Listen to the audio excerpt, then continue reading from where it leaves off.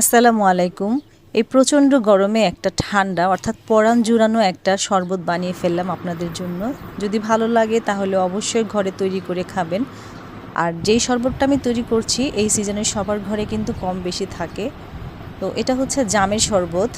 আসলে জাম মাখা বিভিন্ন ধরনের জামের শরবত সবাই তো শেয়ার করে, তো আমি আমার মতো করে একটা রেসিপি তৈরি করেছি।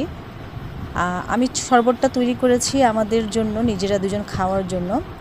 আমি এখানে হচ্ছে আপনার চিয়া সিডটা ভিজিয়ে রেখেছিলাম, বরফ, তারপর হচ্ছে লেবুর রস, আর এখানে হচ্ছে জামটাকে আমি একটু থেতো করে এই রসটাকে নিয়ে নিচ্ছি।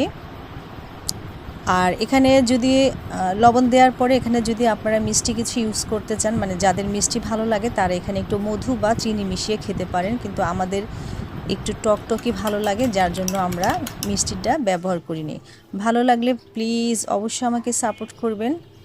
আল্লাহ হাফেজ।